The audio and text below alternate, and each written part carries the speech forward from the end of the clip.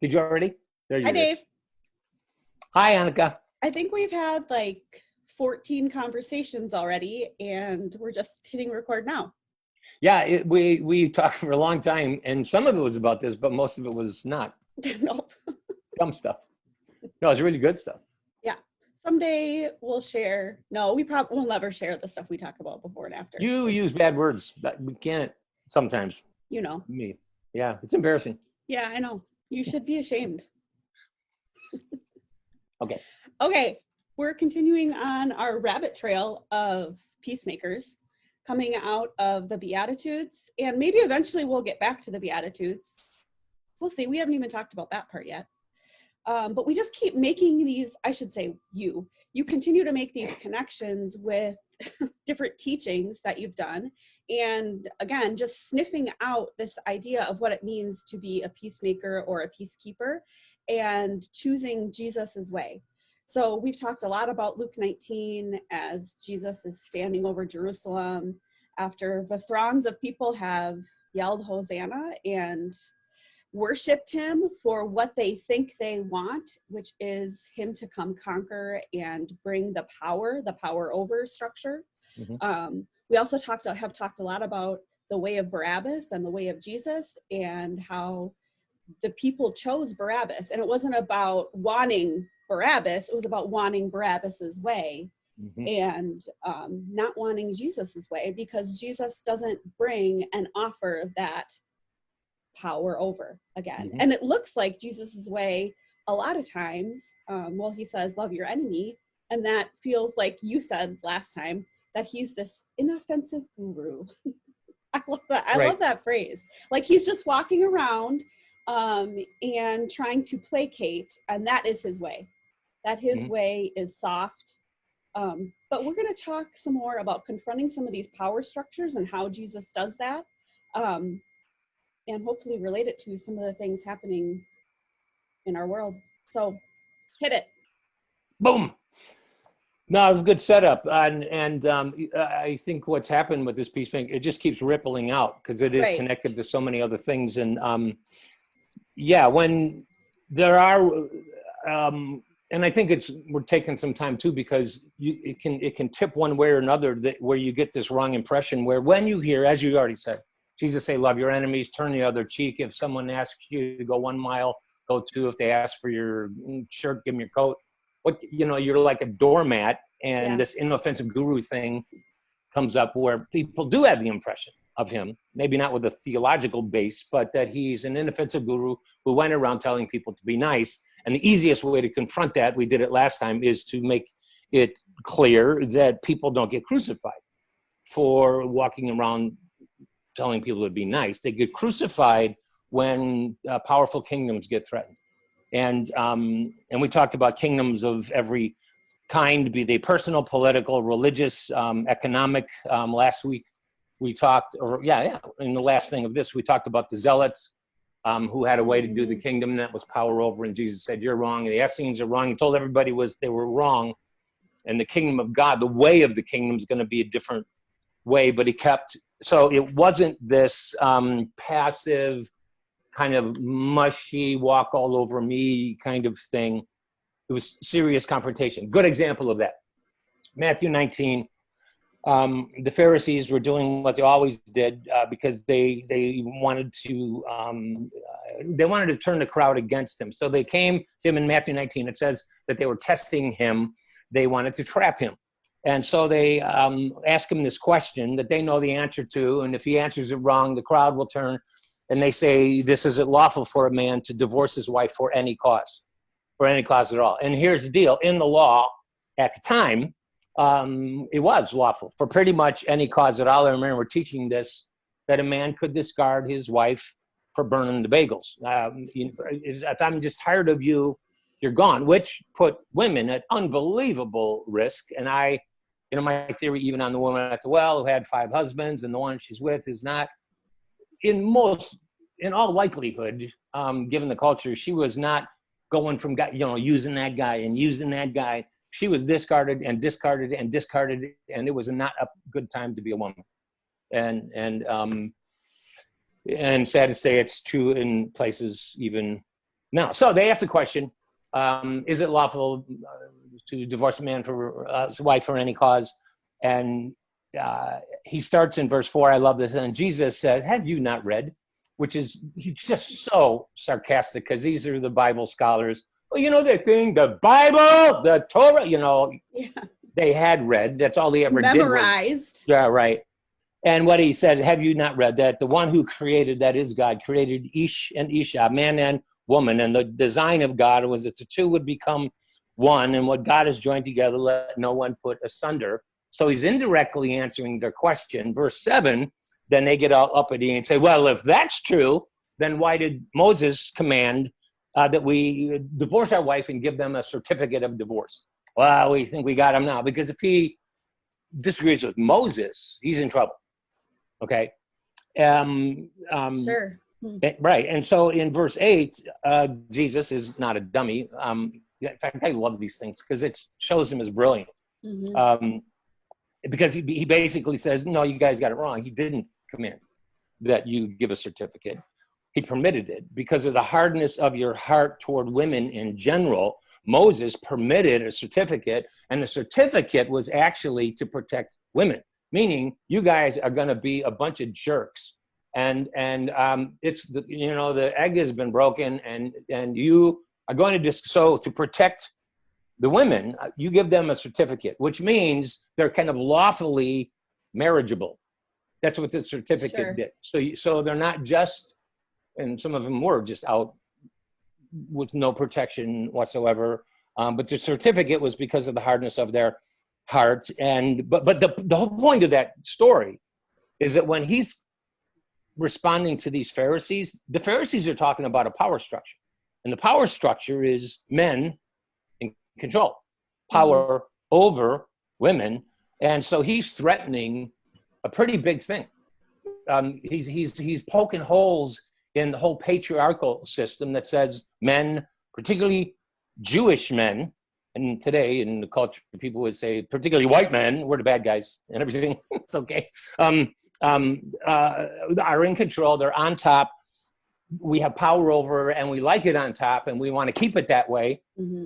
And so Jesus is threatening a kingdom. And it's one of the reasons. That's why that story is there. It's like, oh, here he did it again. His apostles are going, oh, why does it say that? He's going to get crucified. Like that. So Jesus threatened all that kind of stuff. So basically what we were talking about is power struggles. That's a term that's familiar to us all. And we swim in a sea of that.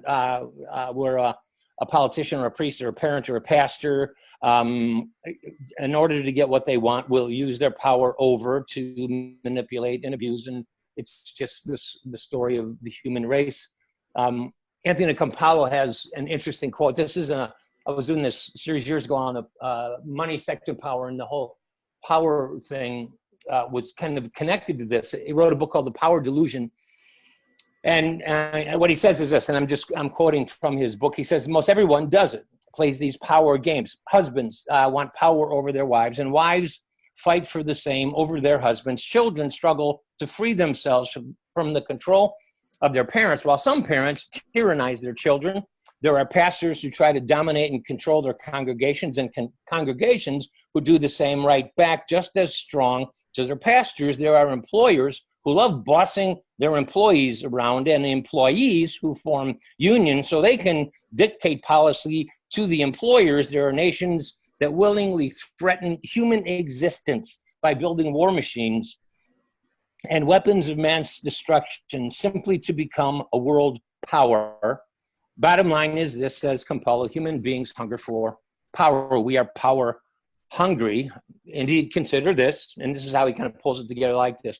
If the primary manifestation of disordered relationship with sex is lust, and the primary manifestation of a disordered relationship with money is greed, then the primary manifestation of a disordered relationship with power is control. And sometimes it's a desperate desire for control of my circumstances, my environment, my relationships, my children, my spouse, my world, by whatever means is necessary. Another quote, I like this one. I think I'm on the right page here. Yeah. Yeah, this is by Timothy Keller. And this is kind of a hinge that moves us into a little bit of a different place with this whole thing. He wrote a book called Counterfeit Gods, The Empty Promises of Money, Sex, and Power. And he quotes Aristotle. So here's what Aristotle said. And you have to think about this, that every virtue consists of the mean between two extremes.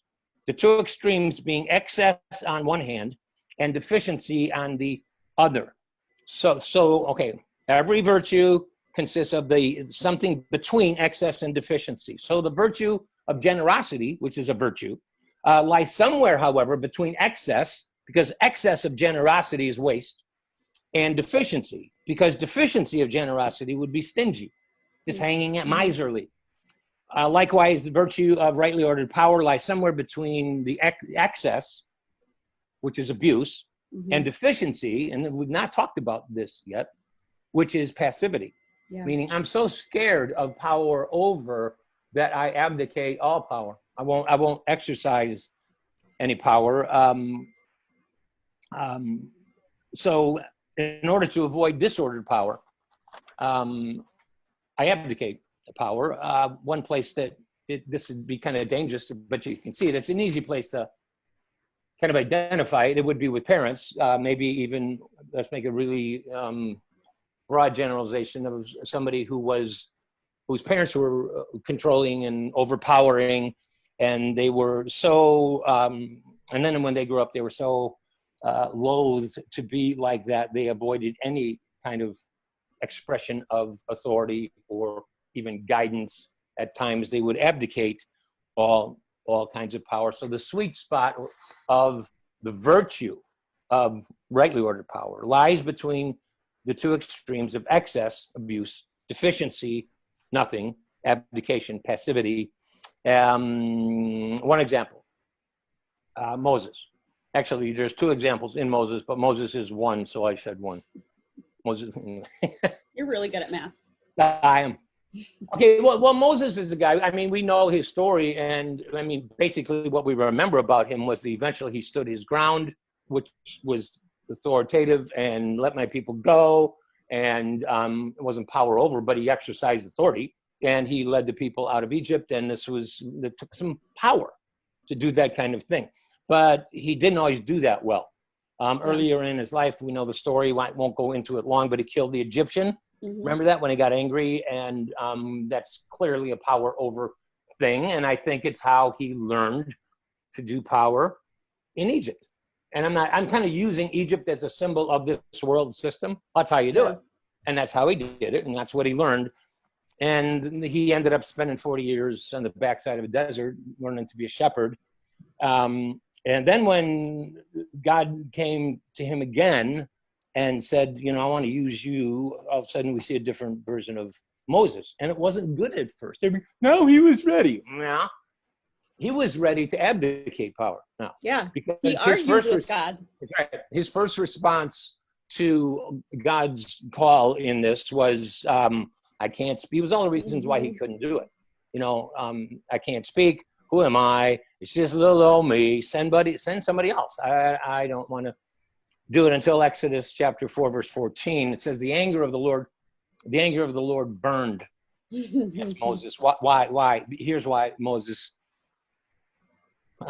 Because you're so scared of excess, you've gone to a deficiency, you've gone to passivity, and we need to find the sweet spot in between where I can use you. So while excess of power is damaging and dangerous, deficiency is useless. Okay, a lack of any kind of exertion of authority and power means you do nothing. Eventually, again, Moses found the sweet spot of virtue between excess and deficiency, and the result was that people got led and people got fed. And the result of his finding the sweet spot wasn't that people got killed. It means that they got healed. It means that his rightly ordered, really. Right, absolutely. And it's just a great picture of, okay, he did it wrong there, he did it wrong here. Boom, sweet spot, and now you're ready to change the world in some ways. It isn't passive. Okay, it isn't passive. Because now this right order power delivered people, it protected people, people were led and they were fed. One more thing, and this is the thing I wanted to get to.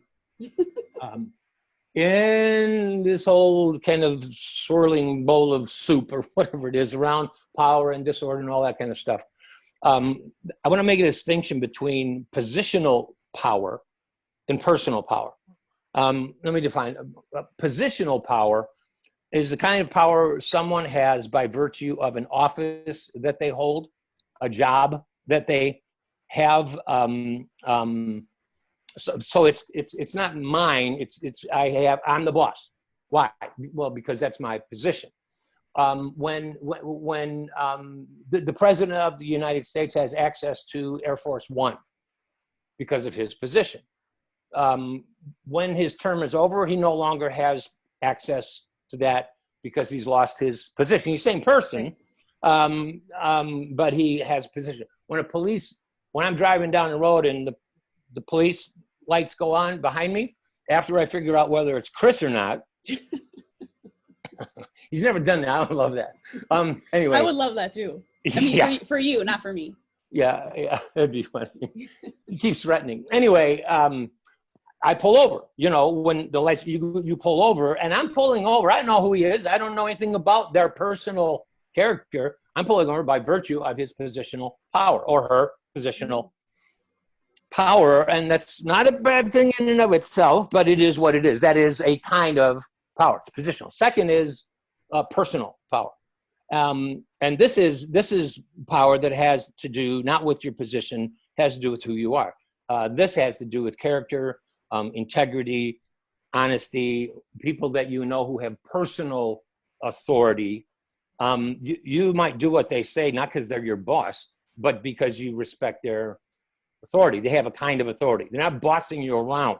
It's a different, you can feel it, right? The difference between the two. And you can probably, even as I'm saying this, kind of go and identify where the problem comes, because the problem is when you have someone who's got positional power, like a president or a cop or a boss or a pastor, but they don't have personal power. They have internal integrity. I remember I wrote a book years ago with Jeff Van Vonderen called The Subtle Power of Spiritual Abuse. And one of the chapters, and it was a pretty significant one, we called it Because I'm the Pastor, meaning that the reason I get my way and you're going to shut up and do what I say is because of my position. Mm-hmm. Well, it might help. I mean, there are times where this is what I think, this is what I believe, exercise authority, but you don't power over. And but when you have no personal authority, people aren't going to follow you. So you got to use your positional power to win. Okay. At one level, somebody who's got a positional power, they're the boss, but no personal power, authority, character. There's nothing about them that would influence you or inspire you to do anything. At one level, let's say at best, that's irritating. Okay, this is if you've ever had an incompetent boss, mm-hmm. you're gonna do what they say. Why? Because they're the boss, and you're gonna have to do what they say. That's positional power. What makes it irritating and maybe even worth getting out of the job because you can't stand anymore is this person doesn't have personal authority. They don't have competency. So you do what they say because of positional power, not personal power. They're posers. That's when it's at its, that's the best it gets. When you have positional power without personal integrity, that's when it gets dangerous. I think we've even already covered that. It becomes disordered because character matters. I mean, it's just like, I don't care what appearance. I mean, okay, I'm the dad, that's why. And sometimes halfway joking, just to shut them up, that is why. Because I'm older and not because I'm going to hit you, but I win this one because I'm the dad. So I think it is okay to pull that card once in a while. But you know what I'm saying. Overall, I mean, I remember times telling Bonnie when our kids would hit a certain age and they would start. I used to joke that every one of our kids had 1 year where they just went nuts. They just were like, who is this kid? And they wouldn't let us parent them. And you can't parent them if they won't let you. I mean, you can power over them, but somewhere along the line, you get them back. I think when you have some sort of internal power, authority, not because you're the dad. That doesn't have legs. You get away with it for a while. At every level, dad, mom, boss, pastor, whatever. One other hard thing about this disordered power, you have someone, let's say, with positional power, but no personal power, no character, integrity. That person they will abuse power. In a marriage, in a country, in a church, they will abuse power. And power over sometimes gets you what you want, which is why we choose Barabbas. Back to that. One more thing about this, Jesus. And this is this is like the punchline. This is the cherry on top of the sundae here. Because this is such a wonderful contrast. Jesus had no positional power. Think. He had no office. He had no title. He had no throne. None.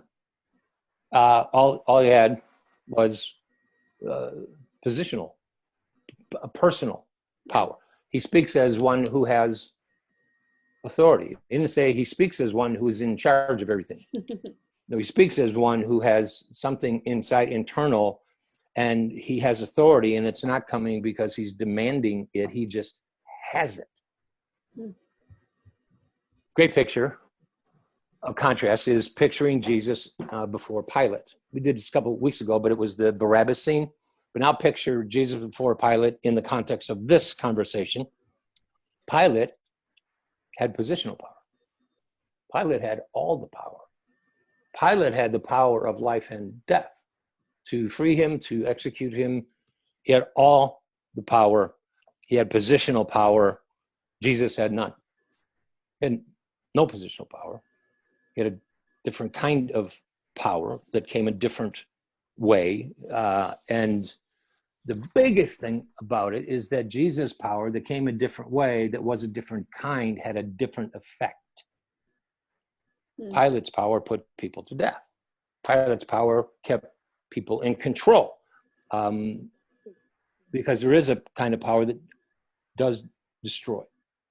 But the effect of Jesus' power was that it didn't destroy, it created, it didn't crush, it lifted, it didn't wound, it healed. And restores and redeems and builds, and then it rebuilds and serves.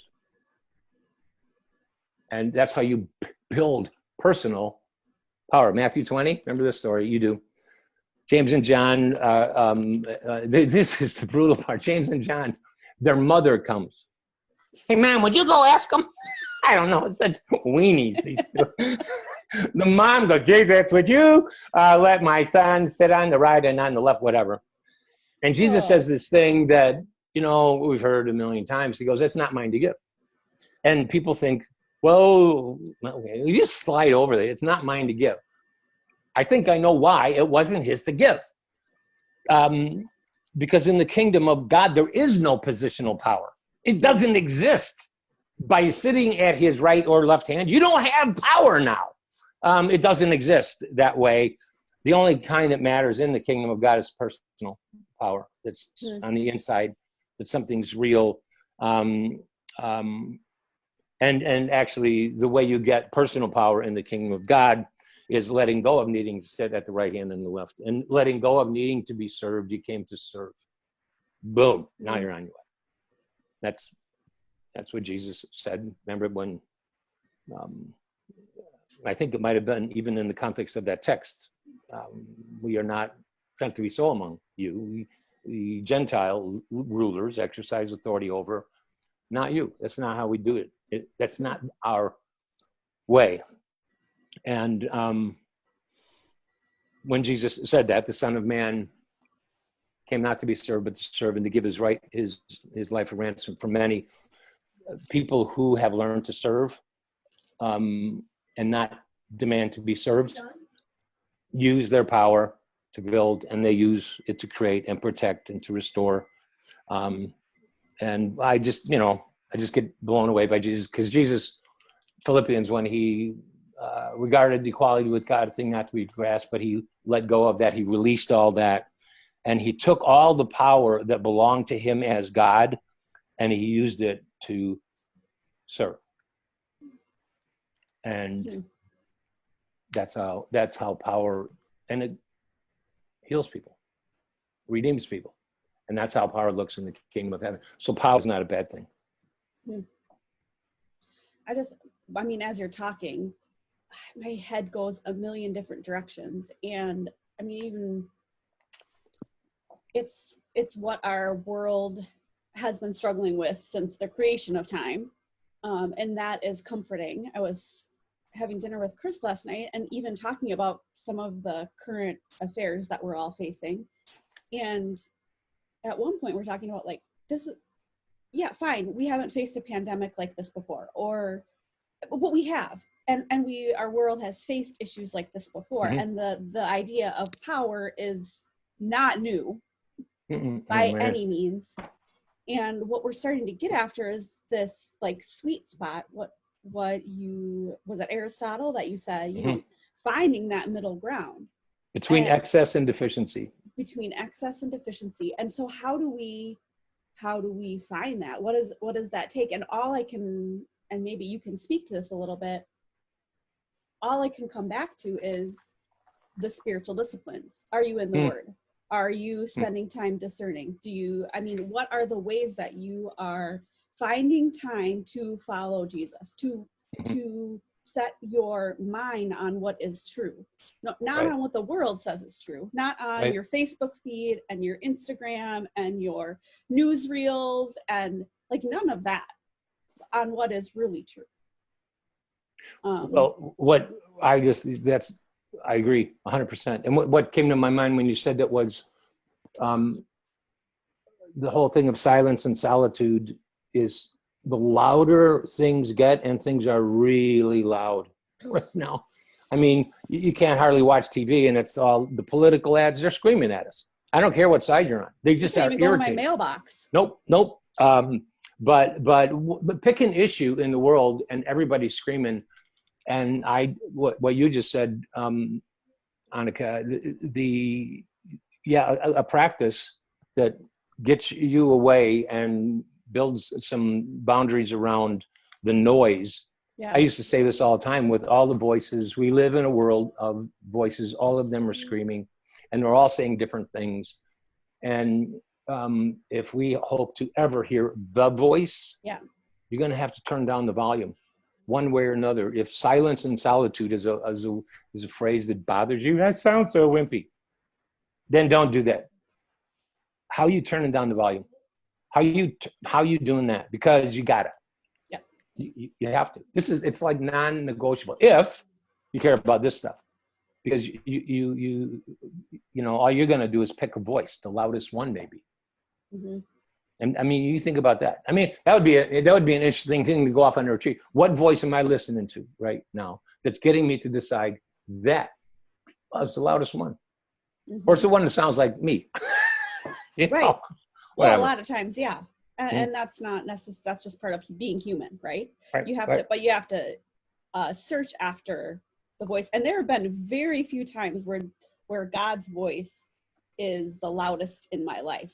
More times than not, it is the quieter one. Well, yeah, it's like, I mean, biblically, that's your experience, and but you're right in line. It wasn't in the wind. Remember this? Yeah. It wasn't Elijah. It wasn't in the hurricane. It wasn't in the fire. That's where I expected it. It was in the whisper. And if you're going to hear a whisper, you're going to have to shut up. And turn down the volume. Yeah. Somehow. Yeah. Dave, our new pastor, Dave Ricky, he was talking about this very thing. That his very first, not last Sunday, but his very first talk was about it all began with a whisper. Yep. And what I love, and this kind of brings us back to but it does bring us back to the Beatitudes. And and you're talking about, you know, when we do choose Jesus' way, and when we do choose Jesus' way when it comes to power and peacemaking, I mean, that is how he ends this beatitude. Blessed are the peacemakers, for they will be called sons and daughters of God, which Mhm. is not a position, not positional power. Nope. Personal No. power. Mm-hmm. It's who you are. Yep. Your identity. Yep. Yep. So, Yeah. Yeah. It is just bizarre how I love when you land on something that is eternally true, because the good ones they're true everywhere. yeah. They apply in your marriage. They apply in your work. They apply in how you interact with the guy who's taking your money at the hamburger joint, whatever. Yeah. So yeah, it's good. The thought that came to my mind, I used to, Bonnie and I, younger years, I go, the only time Bonnie's really safe is when my knee is bent to God, not to her. She doesn't need me bending my knee to her, and I don't need her bending her knee to me. We bend our knee to God. That's the son and daughter thing. Remember who you are. They'll have influence. It won't be power over. Safe, but not weak. Oh, no, I love that Aslan thing. I said it different, but see, he isn't safe, but he's good. Aslan? Yeah. I can't remember what. I can't either. I shouldn't have used that. Can you edit that out? Everyone who's listening, No, forget. I have never claimed to be the video editor. No, I know. I just know. hit the record button. No, yeah, I was just telling everyone.